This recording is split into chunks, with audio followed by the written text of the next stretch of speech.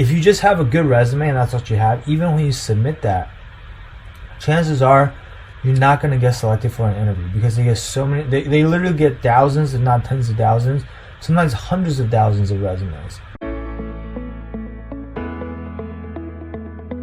Hey guys, if you learned something from this video today, I want you to click the like button below this video, and more importantly the subscribe button below this video, so that we can make sure you get notified with all the future videos that we create on this channel. Okay, we're posting multiple videos on this channel every single week on all things investment banking related, so I want to make sure that you never miss out on any of our content. Alright, so with that said, in this video I want to talk to you guys about the two main reasons why you need to have your resume in the best shape that you could possibly be in. And it's not what you think it is. Okay, most people think that they need to have a really good resume because that's what they're going to use to apply for these jobs and submit these applications online, and then that's going to be the thing that gets them the interview, right?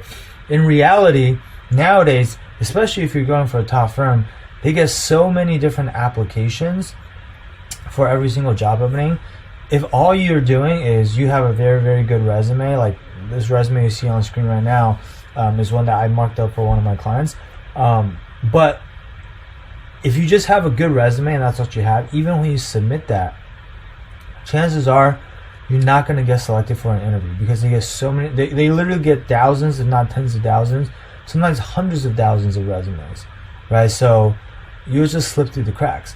So really the two main reasons why you need good resumes are actually, one, first and foremost, it's to set yourself up for an easier time when it comes to networking. Because one of the first challenges that people have when it comes to networking with bankers is they reach out to the banker and then the bankers don't respond, right? And a lot of times the bankers don't respond.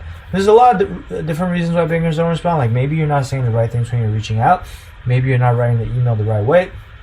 But one of the biggest things for why bankers actually don't respond, in my experience, is because the candidate that's reaching out to them, their resume is either not up to par, and the same thing, I lumped into LinkedIn profile too. Like if their LinkedIn profile is not fully optimized, the banker's not going to respond, because they're very busy, right? They're trying to decide, every time they get these emails, and they get these networking emails all the time, they're trying to decide, is this someone that's worth me spending 20 to 30 minutes of my time talking to, right? And if you come across as the type of candidate that, hey, even if I talk to this person, even if I give them some advice, they're just not going to be able to get this job because they're not qualified or they don't look good on paper, then it's nothing personal, but they're just not going to want to waste their time talking to you. That's honestly one of the biggest reasons why people get such low response rates. So if you've been struggling with getting responses to your networking outreach, the first place that you might want to check out is your resume and your LinkedIn profile. Are those two things in good shape? Okay, so that's the first thing. The second reason why you need to make sure your resume is in the right place, or in a good place, is because your resume is going to be what sets the tone for the interview, right? It's the first impression that the interviewer has of you when you sit down, when you walk into that room, before they've even seen you or met you, or before you guys even shake hands. They're already sitting there waiting for you with your resume in front of them, and they're already making a determination of, hey, like, what do I think of this person, right? And are they impressive or not? Are they not impressive? And so first impression is super important.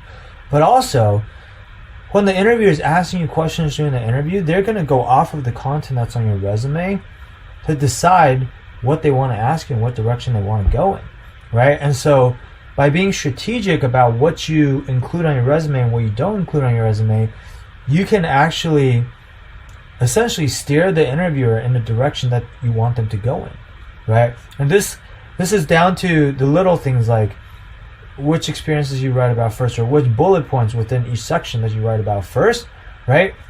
There's little nuances like that you can optimize to try to get the interviewers to ask you about certain things and not others, right? Or to have the interviewers pay more attention to one thing or another, or like how much real estate you give something on your resume, that matters too, right? And so you want to steer the interviewer to your most relevant experiences. You want to steer the interviewer to your most impressive experiences, and more importantly, you want to steer the interviewer towards experiences that you're actually comfortable talking about.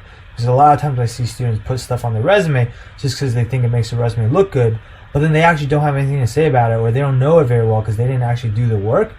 That's one of the biggest mistakes you can make when it comes to your resume. Okay, so hopefully I've given you a new point of view on what your resume is actually being used for in reality, and that way you can optimize your resume the right way. Okay? Hey there, I hope you enjoyed this video. If you're looking for more customized advice that's tailored for your specific situation, then I invite you to book a free strategy session with our team at the link below. We'll talk to you soon.